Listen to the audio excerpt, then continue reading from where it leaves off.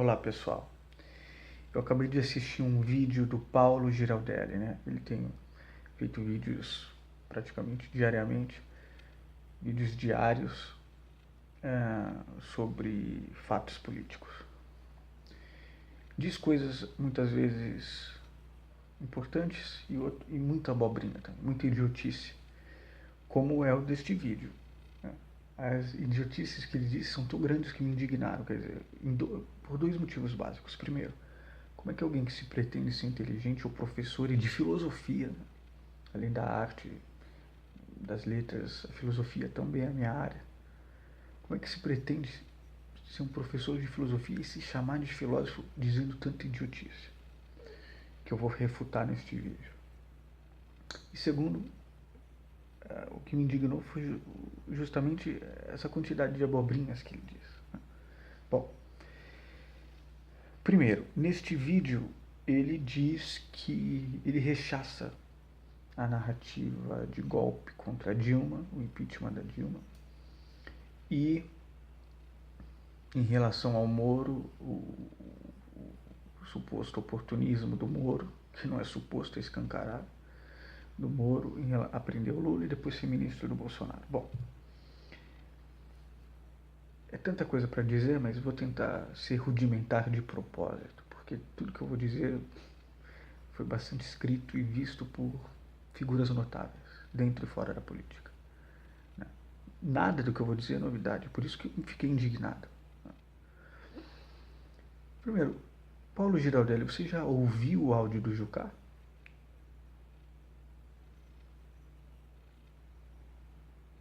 Ou já esqueceu? Será que todo brasileiro já esqueceu do áudio do Romero Jucá? Ele não foi reeleito, provavelmente por causa disso.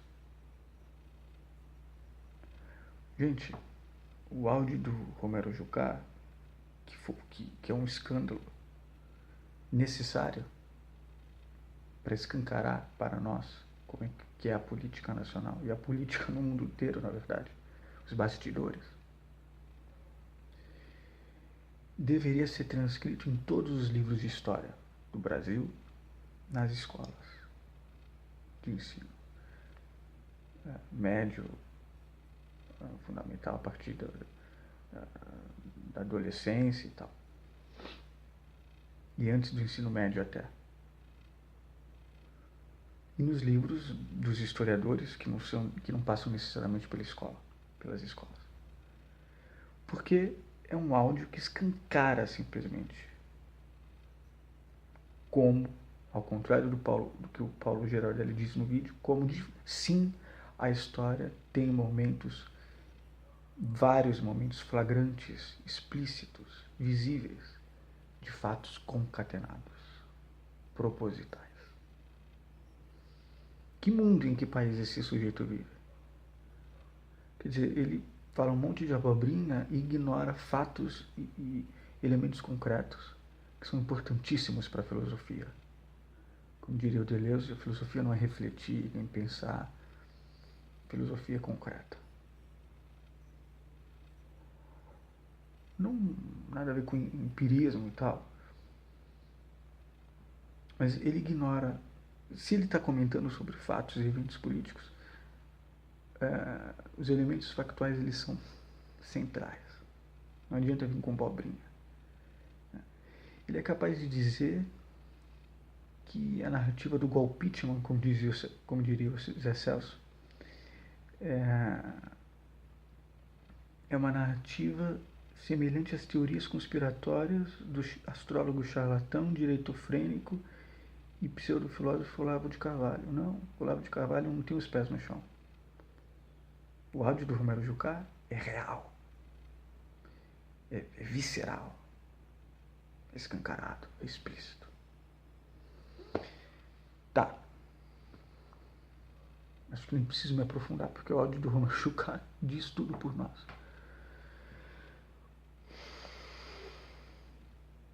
Escancara, né?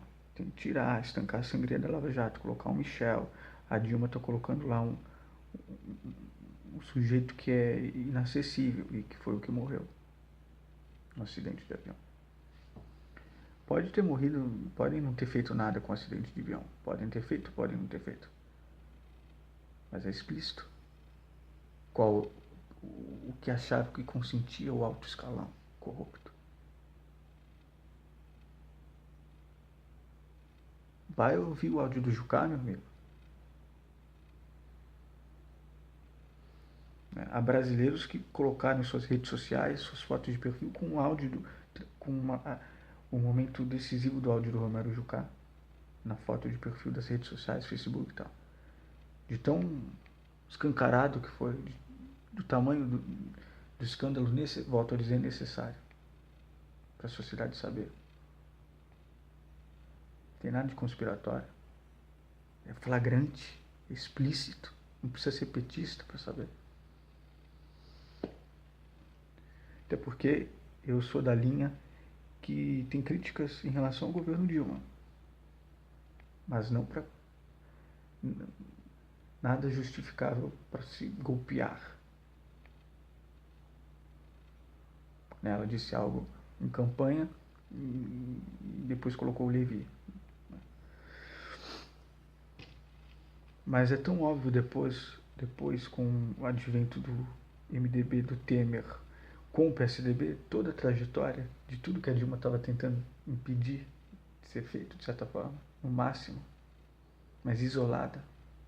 E aí eles colocam todas as pautas: antitrabalho, direitos e tal, meio ambiente. Tão explícito. E aí, por exemplo, o Ciro Gomes, que também ninguém duvida que ele é um crítico ao PT, né? E ele está agora se articulando junto com a Marina para criar uma ala de oposição ao Bolsonaro, mas que tampouco é petista.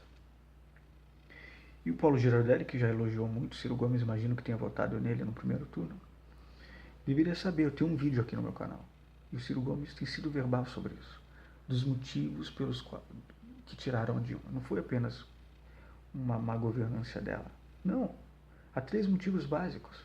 Vai procurar. Primeiro, a cobiça dos bancos em relação ao orçamento público. Temer abriu muito mais as pernas para os bancos. Né? Cobiça dos bancos no orçamento público brasileiro. Segundo, a Lava Jato, isso retorna ao áudio do Romero Jucá, que deixa escancarado. A Lava Jato chegando no alto escalão do PSDB e do MDB, do Temer. E é explícito que agora ele, com o Bolsonaro, quer um cargo no governo Bolsonaro, porque se ele sair da presidência para nenhum cargo público, ele perde o foro. E todas as investigações que estão contra ele retornam. Gente, é escancarado. É um absurdo. É um escândalo internacional, nacional. E eu tenho que estar falando isso para um senhor que se considera professor de filosofia. Terceiro, petróleo. Quer dizer, já naquela semana o Serra se reúne com o Macron. E aí a Câmara dos Deputados, inclusive o senhor Bolsonaro, que não é patriota coisa nenhuma, vota para entrega para venda assim, a preço de banana de barris de petróleo. Eu fiquei indignado, vários brasileiros ficaram indignados. Que é coisa que nenhum país do mundo faz. Protege petróleo. Que iria o plano do pré-sal, Lula disse isso muitas vezes, era para educação e saúde, para serviços básicos. Temer coloca a PEC dos gastos, uma austeridade econômica. Voltando ao impeachment da Dilma, então são esses 3 motivos que o Ciro está sempre falando, o Ciro Gomes. Eu tenho muitas críticas a Ciro Gomes, inclusive, mas ele está sempre falando isso, ele que é o crítico do PT. E ele fala do Lula também, do julgamento do Lula, do processo do Lula, do Moro e da prisão do Lula, que eu já chego lá. Quero voltar ao impeachment da Dilma porque Saad, alguma coisa assim, do PSDB, uma figura importante histórica no PSDB, e o Haddad citou isso muitas vezes em campanha, já no primeiro turno, assumiu que o PSDB sabotou o governo Dilma. aprovando pautas econômicas só para sabotá-la. E que o Aécio, contrariando o histórico do partido, Alckmin e Serra nunca fizeram isso ao perder as eleições presidenciais, o tempo todo insistindo no que a eleição tinha sido forjada ou não tinha valido a pena. Num espírito completamente antidemocrata. Né? E foi nas ruas e vários manifestantes não queriam ele depois porque ele estava envolvido em processo de corrupção. Os mesmos manifestantes que tinham votado nele. Paulo Gerardelli cita no vídeo a Fiesp. Fiesp foi decisiva sim. Federação das Indústrias. É histórico o papel da Fiesp na política nacional. Basta ver os arquivos do Instituto do João Goulart, se eu não me engano, com um militar na época, eu esqueci o nome. Vejam a entrevista do filho do João Goulart no Abu Janra, ele cita isso. O presidente da Fiesp entrega malas de dólares para o Kruger, o general, se eu não me engano, que tinha falado, não, eu sou constitucionalista. E no mesmo dia, entrega num laboratório e esse sujeito que deu o depoimento estava presente, dá as malas e aí ele apoia o golpe. Lógico, há sempre um interesse muito financeiro por trás. Assim como houve no golpítima da Dilma. Federação das Indústrias não vai promover passeata à toa. Não precisa, isso não tem nada a ver com teoria conspiratória, isso é fato concreto. De geopolítica, de mercado, de financismo. É impressionante que a gente tem que falar essas coisas para um sujeito desse. Prisão e julgamento do Lula e Moro. The New York Times fez a coisa mais sensacional. Com outras palavras, em inglês, disse: Bolsonaro nomeia para cargo de ministro juiz que tirou da jogada e prendeu o seu adversário. The New York Times mostrou isso. E a imprensa no mundo todo. Um jurista português, que eu esqueci o nome, eu vou colocar aqui o link e o nome dele, diz que isso é fato novo no mundo inteiro, civilizado, democrático. Um juiz federal, de repente, se alçado a ministro. Um juiz que prendeu e julgou um ex-presidente da República, figura decisiva, líder político no país, o maior líder do país político, capaz de encher a Paulista, a Avenida Paulista e o Nordeste, né? E sou eu que estou dizendo, de fato, o Lula é assim. E se é alçado a ministro. Ciro Gomes também disse, tá, todo mundo dizendo, agora o Moro vai continuar fazendo política, só que sem toga. Sem toga. A gente precisa falar isso? Isso é teoria da conspiração? Não, isso são elementos concretos, factuais. Em relação ao processo do Lula, o Reinaldo Azevedo, que é o maior antipetista desse país, escreveu 3 ou 4 livros contra o PT, tem falado, se manifestado de maneira genial, brilhante, sempre bastante informado sobre leis, sempre citando a lei, a Constituição e as leis. Tem falado tanto na sua intervenção no jornal, no seu quadro no jornal da Band, na Band News, se eu não me engano, onde ele tem um programa, o É da Coisa, eu não acompanho, mas eu sei, assim. E no seu blog, o tempo todo, tem vídeos também dele falando isso, e textos, citando todas as irregularidades do processo do Moro. E não só ele, juristas. Ciro Gomes, por exemplo, que foi professor de Direito. Flávio Dino, que é um governador agora, mas foi juiz federal do mesmo nível e concurso do Moro. Tem vídeo dele citando todas as irregularidades. Em relação ao processo, não apresenta nenhuma prova material concreta, que é imprescindível em tudo, mas sobretudo, em qualquer caso, mas sobretudo num caso de relevância e de importância como essa mundial, nacional, que se trata de um ex-presidente da República. Não há prova concreta, extrato bancário, não há nada. Nada. Há uma foto que ele visitou e tal. Ninguém sabe dizer, ter uma prova concreta. Isso é o basilar, né? Quer dizer, julgou através de linhas de raciocínio e dedução. O TRF4 foi mais forte ainda nisso. O Ministério Público não apresenta provas para o Moro. E a grande crítica do Reinaldo Azevedo e de grandes juristas, se vocês pesquisarem, é de que Moro ignora a denúncia original do Ministério Público e vai por uma outra linha. E nos embargos declaratórios, ele diz com todas as palavras: este juízo jamais disse em sentença ou em lugar algum que o ex-presidente recebeu vantagem devida de contratos da OAS, Petrobras e tal, em relação ao caso do Tribunal. Mas julgou, mesmo assim, por atos indeterminados de ofício.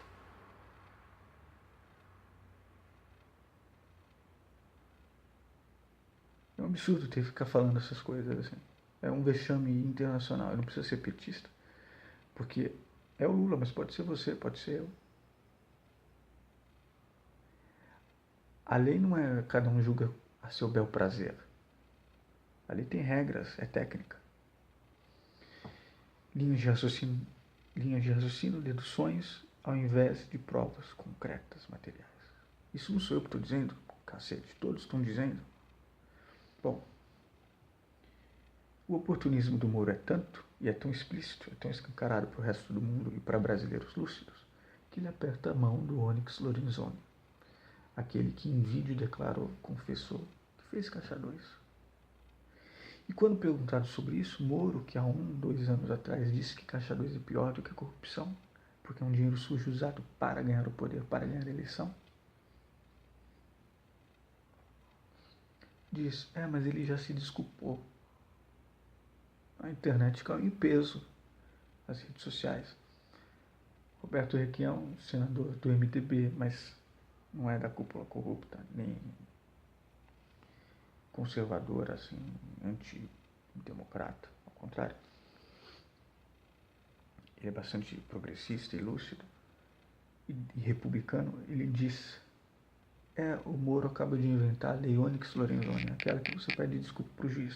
A internet inteira com memes, né, que não deixa de ser um fato social, mostrando, o problema do Lula foi esse, ele não pediu desculpas para o Sérgio Moro. Se tivesse pedido, ele o absolveria. É patético que um juiz federal tenha dito isso. A seletividade dele, a trajetória dele, tirar o Lula eleitoralmente e ganhar sua recompensa. É tão escancarado, a disfarçatez é tanta, é um fato tão vergonhoso, sem par no resto do mundo, que falar em teoria conspiratória é ser um completo idiota ingênuo. Sem contar os abusos de poder do Moro, condução coercitiva, grampos ilegais em relação a presidentes, vazamento para a mídia. Tem uma assistente lá do escritório do Moro dizendo que a mídia tinha papel decisivo nas decisões dele. Bom, golpeachment da Dilma, golpe parlamentar, com grupos elitistas sim, burgueses sim. Paulo Girardelli diz, eles pensam que houve uma reunião na cozinha do Moro e tal. Foi praticamente isso. O áudio do Romero Jucá comprova. Bom, muito claro em relação ao golpeachment da Dilma, tá? Muito claro em relação à prisão do Lula, tá? Uma prisão inconsistente em vários aspectos, tá? E, bom, só quem é muito teoria conspiratória ou quem é doido é quem está com antipetismo e não se deixa ver friamente as questões, como inclusive a própria filosofia pede. Bom, Paulo Girardelli diz que a narrativa de golpista é só do PT. Não é verdade. Vários políticos dizem, o próprio Ciro Gomes. Eu tenho amigos meio comunistas, isto é, são esquerdistas que não aderem muito ao jeito petista de governar, de social-democracia, capitalização dos pobres e tal.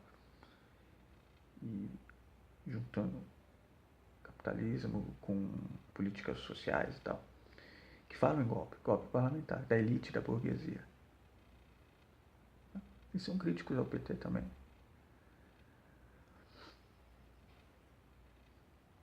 Né? Então isso é importante. Então vai ver, tudo isso que eu estou elencando são um conjunto imenso de elementos factuais. Factuais. Estou apenas ressuscitando, trazendo à tona para vocês irem buscar cada um desses pontos. É